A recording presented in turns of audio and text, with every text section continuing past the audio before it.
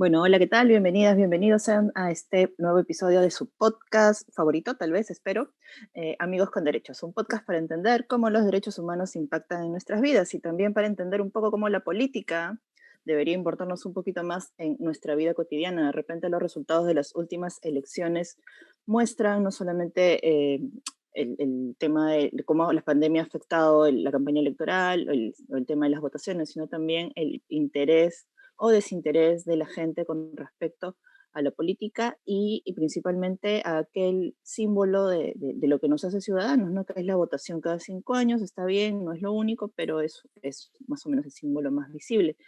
Y los resultados de estas elecciones pues tienen dos cosas. Por un lado, tenemos la elección para presidenta de la República, cuya segunda vuelta se va a dar el 6 de junio, y por otro lado tenemos algo que ya está oleado y sacramentado más o menos, que es la elección de los 130 nuevos congresistas, ¿no? Y digo más o menos porque creo que alguno que se daba ya por congresista electo ha sido suspendido, ¿no? Entonces, todavía vamos a tratar de confirmar algunos nombres, pero en líneas generales tenemos un Congreso bastante fragmentado. ¿Y qué puede implicar esto para la institucionalidad del país en los próximos años? Para eso tenemos a dos personas, a dos especialistas con los que vamos a conversar, con los que voy a conversar. Son Denise Rodríguez Olivari. Denise, bienvenida, muchas gracias por estar conmigo esta tarde. Gracias, Katy, por la invitación. Y a Martín Hidalgo. Martín, muchísimas gracias por estar conmigo esta tarde. Felicitaciones por tu nuevo libro. Hola, Katy, gracias a ti y después por la invitación por estar acá conversando con Denise y contigo. Pues sí, me alegro mucho que ustedes estén aquí hoy y bueno, ustedes conocen son mucho mejor que yo y mucho mejor que muchas otras personas el manejo del Congreso y el tema de cuánto puede afectar a la institucionalidad del hecho de tener un Congreso tan fragmentado, que si bien es algo que anteriormente, años anteriores, de lo que se había hablado años anteriores, creo que en este último periodo la fragmentación del Congreso se ha hecho más evidente y la ciudadanía se ha dado cuenta de los peligros que esto puede traer. Sin embargo, creo que a pesar de habernos dado cuenta del peligro que esto puede traer, no hemos aplicado la teoría en la práctica. Es decir, nuestro voto ha sido sumamente fragmentado y, bueno, incluso los votos cruzados han sido un poco extraños en algunas mesas. Si uno se pone a revisar actos electorales o qué sé yo, yo les hablo desde mi experiencia como miembro de mesa, algunos votos cruzados fueron realmente inauditos. Pero esto nos ha dado como resultado un Congreso pues dividido en muchas bancadas que, teniendo en cuenta que quien salga elegido presidente no va a tener mayoría tampoco, cuál creen ustedes que sería no sé si, no, la peor no, sino el mayor problema al que se enfrentaría el nuevo presidente o la nueva presidenta al tener un Congreso fragmentado en cuanto a las propuestas que han hecho ambos candidatos de hacer reformas? No sé, Denise, de repente podemos empezar contigo. Bueno, la foto casi final del Congreso nos da cuenta de, sí, un número nunca antes visto de bancadas y también de una facción conservadora bastante alta, ¿no? Ya sea digamos, desde las antípodas ideológicas, desde la izquierda, desde la derecha, son congresistas que provienen de tiendas políticas con ciertas limitaciones o restricciones a lo que ya habíamos avanzado en lucha, por ejemplo, en enfoque de género, para libertades civiles, para minorías LGTB, derechos de las mujeres. Entonces ese es digamos, un primer pincelazo de lo que se nos viene, por lo menos en esos temas. Va a estar bastante complicado manejar, conservar lo ya avanzado y impulsar nuevos tipos de reformas en esos temas. Lo segundo es que, bueno, aumentan, el lado positivo negativo es que aumentan los costos de transacción porque al ser varias mini bancadas van a tener que ponerse más de acuerdo para, si es que decidiesen tener un rol obstruccionista como lo vimos en el gobierno pasado. Entonces, por un lado, nos da cuenta de que va a ser un poco más complicado aliarse para ese tipo de cosas, pero al mismo tiempo también para otro tipo de cosas va a ser igualmente complicado, porque van a tener que gestionar entre esas bancadas. Y ya sabemos, y creo que Martín lo puede mencionar con más precisión, porque él en su libro tiene toda esta información, que entra un número determinado de bancadas y se termina desmembrando en muchas más. Entonces, si ahora tenemos muchas, probablemente al final del periodo van a ser aún más. Sí, yo creo que además tenemos una situación inédita, que es que partimos con un Congreso sí fragmentado, pero ya desmembrado, porque tenemos 10 partidos que hasta ahorita han pasado la valla, con la expectativa de que Victoria Nacional pueda pasar, cada vez más lejana la chance, pero ahí está todavía, hay como 1,5 millones de votos todavía por contabilizar. Pero tienes 10 partidos, de los cuales 8 pueden formar reglamentariamente una bancada, porque tienen lo que te pide el reglamento, que es tener 5 miembros como mínimo. Y hay 2 partidos que son Somos Perú y Partido Morado, que tienen menos de 5 miembros, 4 y 3 respectivamente. Entonces, tienes un problema porque ellos van a tener que, para formar parte del juego, vamos a llamarlo así, de participar en la junta de portavoces, de participar en comisiones, de alguna manera buscar una forma de aliarse entre ellos para formar una bancada formal, o aliarse, por ejemplo, el Partido Morado con Juntos por el Perú. Pero en todo caso tenemos 8 bancadas y 2 partidos que están sueltos, que en teoría parten con una desventaja de no estar en este juego formal de lo que implica ser una bancada. Y después yo creo que el Congreso sí hay un factor conservador muy grande, y creo que eso nos lleva un poco a prever que, digamos, un gobierno de Keiko Fujimori lo tendría más fácil en términos de gobernabilidad. Porque, claro, tienes bancadas como a fuerzas populares más fácil juntarse y formar alianzas con Renovación Popular, con Avanza País, con Acción Popular, con Alianza para el Progreso, y hasta con Podemos, lo hemos visto en el actual Congreso, que Castillo siendo presidente, porque Pedro Castillo tiene su bancada Perú Libre, y se le podrían unir, pues yo me imagino, Juntos por el Perú, quizás en algunos temas de corrupción, el Partido Morado y Somos Perú, pero ahí no veo más bancadas o grupos que se le puedan juntar. Entonces, es un poco en el contrapeso legislativo. Yo creo que un gobierno de Pedro Castillo la tiene más difícil en términos de gobernabilidad que un gobierno de Keiko Fujimori, que le es más fácil sentarse con los partidos, hablar con ellos, ofrecerle algún tipo de cuoteo político para llegar a un tipo de consensos y lograr un alto número de votación, uno que te asegure que no puedan vacarte, y dos, que te asegure aprobar normas y reformas. Y después en lo económico sí creo que hay una bancada transversal, que es un poco que vamos a ver lo que hemos visto en el actual periodo, que es varias bancadas uniéndose en este ánimo populista por sacar leyes como te doy más plata de tu AFP, o te doy más plata de tu CPS, o cuestiones económicas por el estilo, donde todas las bancadas suelen encontrar un interés común, que es ponerle dinero a la gente en su bolsillo y atribuirse algún tipo de crédito político por ello. Pero una cosa, Martín, no, dentro de los congresistas electos, de los que ya se presumen electos, son muy pocos los que tienen experiencia, ya sea en el Parlamento o en cargos públicos, ¿no? ¿Esto cómo puede jugar en contra dentro del nuevo Congreso? Pues es algo bien complicado. Yo he visto los perfiles, lo que están hasta ahorita, digamos, seguros, y hay solo un 15% de gente que ex congresista o ha trabajado en el Congreso como asesor en algún tipo de bancada o en algún tipo de despacho parlamentario. Es el 15%. Solo 9 son ex congresistas en anteriores periodos. Y son ex congresistas, pues, que tú ves su perfil, no son congresistas que hayan destacado, que yo te digo su nombre ahorita y tú quizás me puedes decir, ese congresista aprobó tal ley. No, son congresistas que tuvieron un paso de un periodo sin mayores luces. Entonces, lo que nos va a traer eso son leyes inconstitucionales, ¿no? Que es lo que hemos visto en este periodo. Claro, en este periodo un poco se ha maximizado por el sentido de que era un periodo corto, ellos tenían que mostrar resultados rápido. Creo que no se va a ver tan de arranque en el nuevo periodo, porque tienen 5 años, no tienen esa premura de sacar algo rápido, ¿no? De que ya se les acaba el tiempo en 16 meses, tienen 5 años, pero sí creo que vamos a seguir viendo leyes inconstitucionales. A un congresista por lo menos le toma 1 año y medio, 2, acomodarse, porque además no es solo que se tiene que acomodar él, sino que tiene que acomodarse los asesores que trae, que normalmente son gente de confianza, porque tampoco es que priorizan perfiles técnicos para tú fijar tu agenda y sobre eso trabajar proyectos de ley, fiscalización o representación, sino que traen a gente de confianza, que los apoyen en campaña, que son amigos, colaboradores de sus empresas, y ahí pues ellos también tienen que acomodarse al trabajo parlamentario, que sí, tú puedes saber mucho de derecho, pero el derecho parlamentario también tiene sus particularidades. Digamos, particularidades, ¿no? Sí. Denise, y una de las funciones del Congreso también es fiscalizar, ¿no? Y para eso se forman varias comisiones investigadoras. Y con el perfil que tiene el Congreso, ¿tú crees que investigaciones que se han impulsado en otros congresos, tipo las investigaciones por el caso Lava Jato, tipo las investigaciones por el Vacunagate, qué sé yo. ¿Tú ves futuro en cuanto a retomar estas investigaciones, en cuanto a continuar y otras nuevas de repente de este mismo perfil? ¿Cómo lo podrías ver?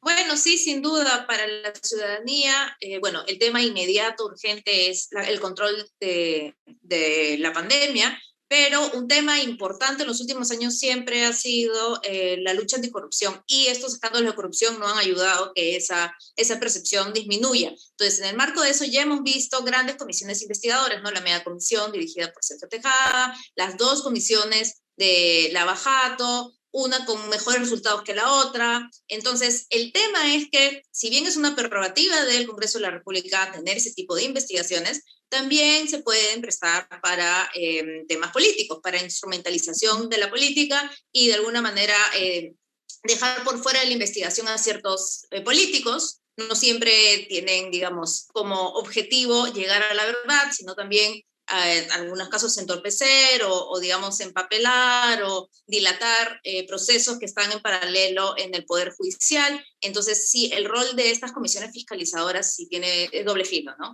Veremos cuáles son, y luego, viendo el background de muchos de los potenciales congresistas, a veces nos queda la duda qué tan probos pueden ser, ¿no? O sea, muchos han sido cuestionados, han sido excluidos, hay congresistas con sentencia, o digamos, que fueron antes de ser excluidos que tenían sentencia, que están siendo investigados.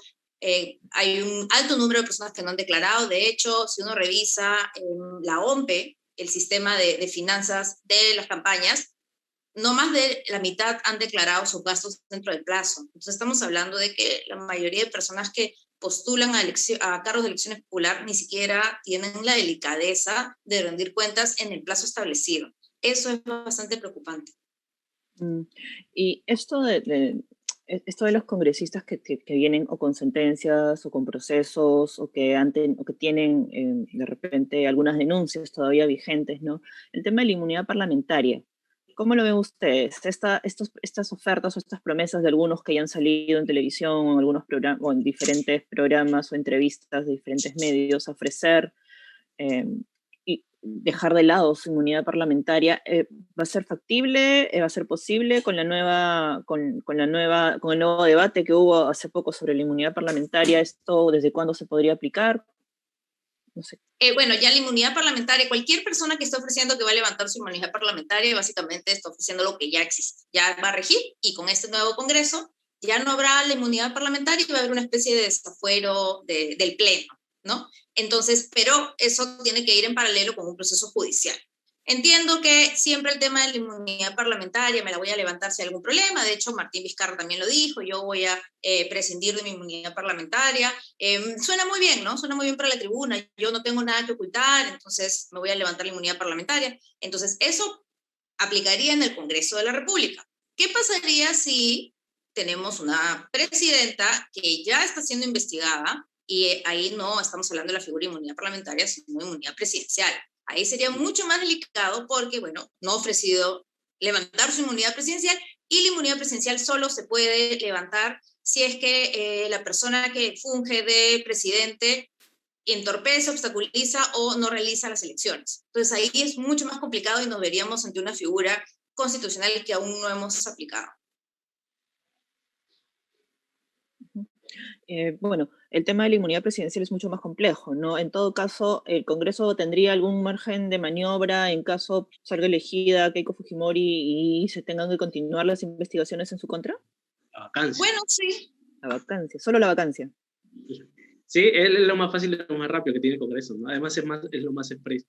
Yo creo que hay un aspecto ahí interesante de analizar, que es, o sea, normalmente esto lo hablamos en temas presidenciales, ¿no? De cómo cuando hay un bajo nivel de legitimidad o representatividad en el sistema político, surgen las figuras autoritarias que van de alguna manera cooptando poder. Lo vimos en los 90 con Fujimori, que se dio, que fueron captando diferentes poderes del Estado ante los bajos niveles de representatividad que existían o que él mismo forjaba.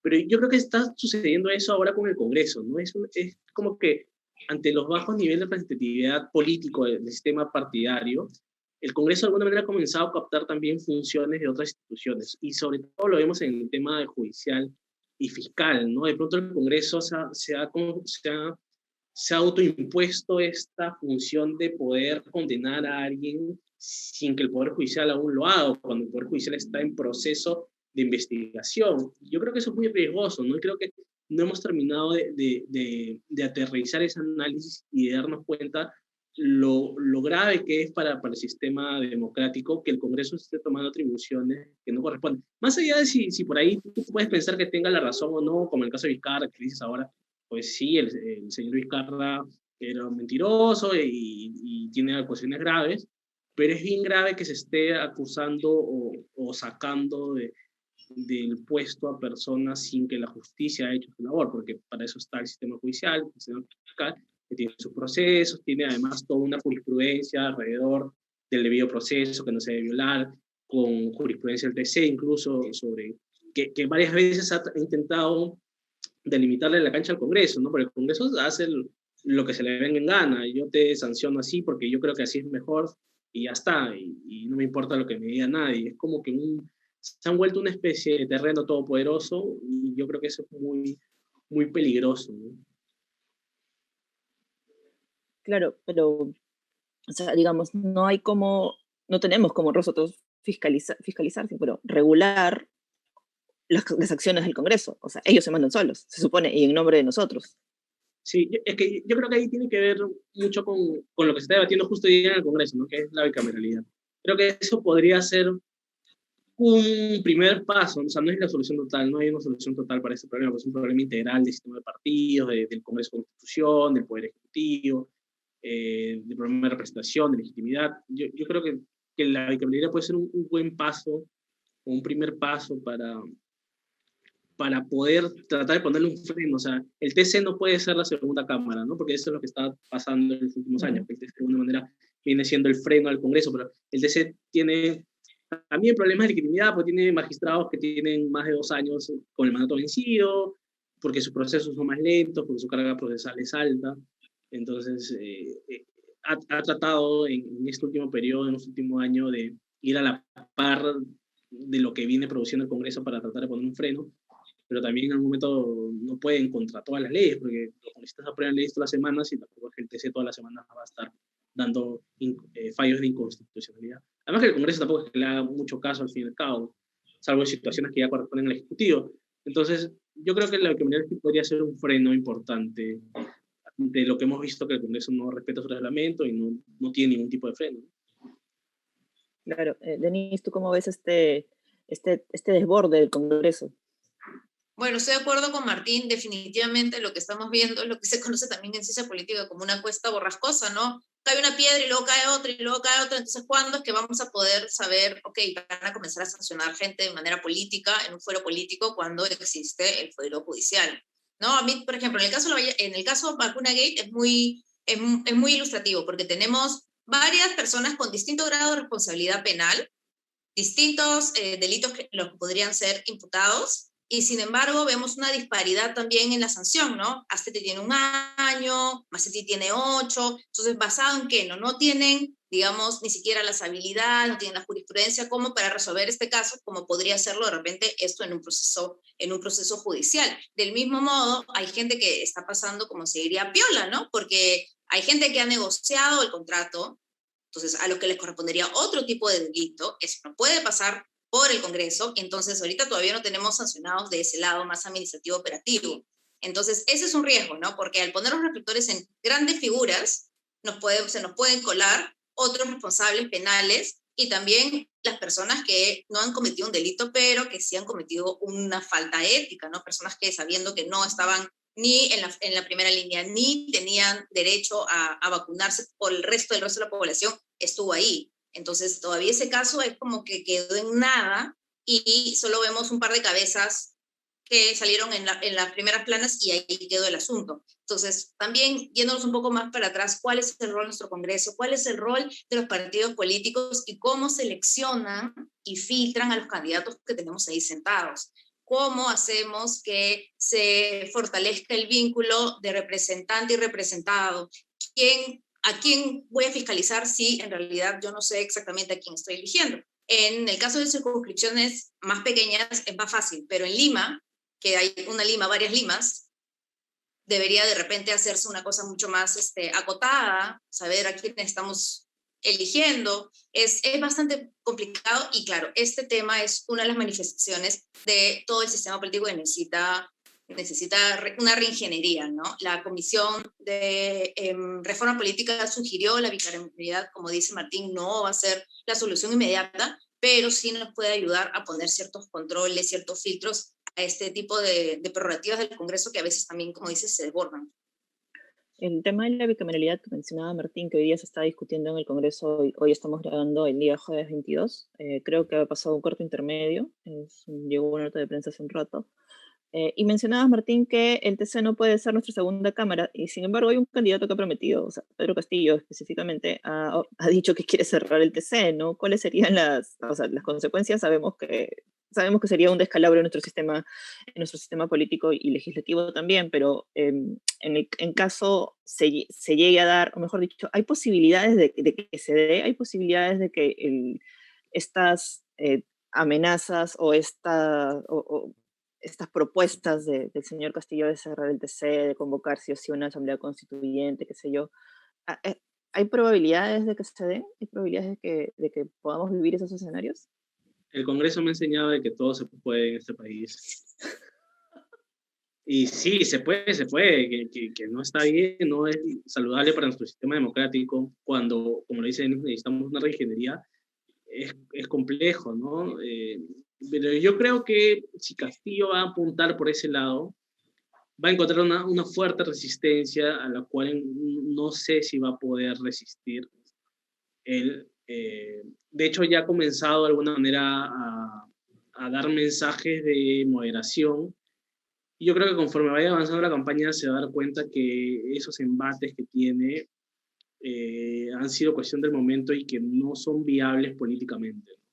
Claro, que se puede hacer, pero políticamente no creo que sean viables. El TC es una institución que, como dije, tiene algunos problemas, el tema de legitimidad en los magistrados que tienen más de 2 años de mandato vencido, pero que es una institución necesaria para ponerle frente al Congreso, para resolver temas como hace unos días salió un fallo donde el TC le prohibía a la TAM, por ejemplo, que quería subir los precios para cuando hay traspaso de pasajes, una cuestión técnica así, pero sirve para ese tipo de cuestiones el TC también.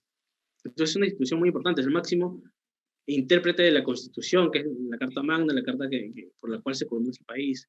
Ahora hay otro rollo político que es el tema de la constituyente, la nueva Constitución que quiere formar. Entonces también se puede, pero es políticamente no sé si sea viable. Y como un poco te decía al inicio de los contrapesos del Congreso, no sé si va a poderlo por el tema simplemente de los votos, ¿no?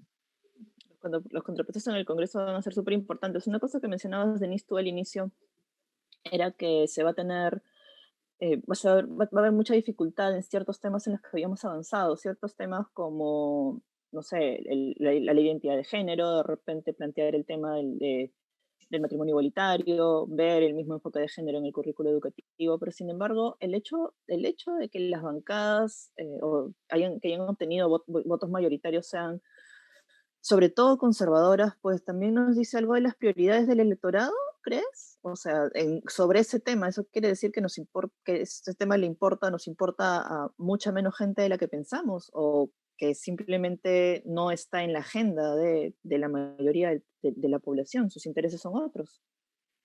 Totalmente, Katy. Creo que todas las elecciones nos dejan una gran lección. Y estas elecciones nos han dejado esta gran lección que la agenda liberal, ya sea de centro, de derecha e izquierda, le pertenece a unos cuantos. Son la mayoría del Perú y es lamentable, pero somos una mayoría. Son temas que nos interesa a la gente en el Twitter, a ciertos colectivos, a ciertos grupos, pero cuando se ponen en la gran palestra nacional, no suelen ser tan populares. La gente al contrario, el gran grueso de la población suele ser mucho más conservadora. El tema de la famosa, el enfoque de género conocido como ideología de género, no solo es en Perú. Este movimiento está en Brasil, está en Colombia, Entonces sí es algo mucho más regional, ¿no? Este conservadurismo, este retroceso en hablar de igualdad de oportunidades entre hombres y mujeres. Somos una sociedad, siempre hemos estado bastante rezagados, ¿no? El tema de cuotas, llegamos mucho más tarde a la fiesta, por ejemplo, que Argentina, temas de aborto, ni seguimos discutiendo sobre siquiera si va a ser un aborto libre en todas sus causales, la ley de identidad, o sea, son temas que nos gustaría que estuvieran ahí, pero lamentablemente no logramos conectar con un gran grueso de la población. Entonces, simplemente el resultado de la votación es un reflejo de esto. Claro, y cómo lograr conectar con ese grueso de la población es complicado. Y bueno, para ir cerrando, me gustaría que los dos, pues, no precisamente que sean futurólogos, pero sí que dentro de lo que se ha podido ver, de lo que va a ser el próximo Congreso, pues, ¿cuáles creen ustedes que van a ser las reformas que se van a detener y cuáles creen ustedes que son las cosas que se van a priorizar en cuanto, viendo el perfil de las bancadas? No sé, Yo Martín, creo que, podemos empezar yo contigo. creo que se va a priorizar la pandemia, ¿no? Va a seguirse priorizando la pandemia y más que por el lado de salud, que yo, o que todos pensamos que debería ser la prioridad uno, yo creo que es más por el tema económico, ¿no? Esto de darle plata a la gente, las AFP, las EPS, o normas para suspender el pago de la luz, de los servicios básicos, normas populistas por ese lado, que es lo que más rédito político o más atención, más foco de atención le genera al Congreso y les gusta eso, ¿no? Tener la atención, la prensa, centrados en ellos en una época donde estamos haciendo todo virtual y de las cámaras encima. Entonces yo creo que se va a ir por ahí la prioridad del Congreso. El Ejecutivo, yo también diría que es la pandemia, pero también hay que ver quién sale elegido, ¿no? Porque Pedro Castillo hemos visto que su plan de gobierno no tiene nada sobre la pandemia. No le he escuchado tampoco propuestas aterrizadas sobre cómo enfrentar la pandemia, más allá de declaraciones generales que pueda dar. Pero sí, yo creo que por lo menos 2 años vamos a tener de pandemia, y ahí las que se va a detener, yo creo que nuevamente la reforma política es la que más va a sufrir una especie de ocultamiento de la agenda política, porque en 4 años, o en los últimos 2 años sobre todo, se vino discutiendo mucho sobre la importancia de la reforma política, pero ya vimos que con el curso de la pandemia, el año pasado, un poco se trastocó toda la reforma, los avances que se habían hecho. Se vienen las subnacionales, en los cuales yo creo que también van a usar nuevamente la excusa de la pandemia para, de alguna manera, aligerar las normas y poder seguir en el status quo de siempre, con inscritos a última hora, invitados, tránsfugas. Y para el 2026 va a depender mucho si es que se logra hacer la bicameralidad para el 2023 o si vamos a seguir en lo mismo, ¿no? ¿Denis? Yo estoy de acuerdo, creo que sobre todo normas que se relacionen con la pandemia y no necesariamente sobre el control y temas sanitarios, sino más temas de paliativos, económicos, y hasta qué punto van a dejar que haya una libre disponibilidad de CTS, de APPs. Yo creo que de repente también temas de populismo punitivo, ¿no? Levantar las penas a distintos crímenes, como si la verdad la pena fuera tan disuasiva en el Perú como nosotros pensamos que es. Y en temas que se van a quedar estancados o incluso pueden regresionar, como estábamos hablando, ¿no? Enfoque de género, me imagino tranquilamente las visitas interminables de un ministro o ministra de Educación al Congreso para explicar por qué se tiene que incluir este tipo de información en los materiales de educación básica regular. Así que nos va a hacer recorrer un poco la película del gobierno pasado, ¿no? Recordemos que por ahí empezó todo este problema. Entonces, ese tipo de agenda va a hacer que la sociedad civil, los colectivos tengan que estar muy, muy atentos, porque por ahí yo creo que van a venir los temas que van a perder, ¿no? Que van a perder peso, que van a perder un poco primeras planas, y es ahí donde más o menos ya sabemos, no sabemos por dónde va a venir la presidencia o el Poder Ejecutivo, pero ya sabemos por dónde va a venir el Congreso. Entonces sí quisiera que las personas que nos estén viendo, que tengan estas banderas, que tengan estas causas muy, muy cercanas a ellas, estén atentos porque lamentablemente se va a ver un retroceso en el avance de los distintos temas que tengan que ver con una agenda liberal. Pues este no ha sido un programa muy esperanzador, ¿no? Pero es lo que hay y es bueno prepararse para lo que viene, ¿no? Porque sí, pues se momentos complicados para todos, creo, ¿no? Para poder asumir que estamos en un país, o sea, creo que todavía no terminamos de asumir que estamos en un país fragmentado, creo que mucha gente todavía no sale del shock de la primera vuelta y todavía está en negación para la segunda vuelta. Pero bueno, nosotros por nuestro trabajo tenemos que salir del estado de negación pronto y así que esto es lo que hay. No es que querramos ser pesimistas, pero bueno, siempre es bueno estar preparados. Muchísimas gracias, Denise, muchísimas gracias, Martín, por estar conmigo esta tarde. De verdad, siempre se aprende mucho de ustedes y siempre es un gusto conversar con ustedes. Muchas gracias a todas las personas que nos siguen aquí en Amigos con Derechos, un podcast para entender cómo los derechos humanos impactan en nuestras vidas. Yo soy Katy Subirana, su anfitrión en esta temporada y tengo que agradecer a Catherine Rodríguez y Juan Taquejara en la producción. Nos encontramos en el próximo programa. Chao.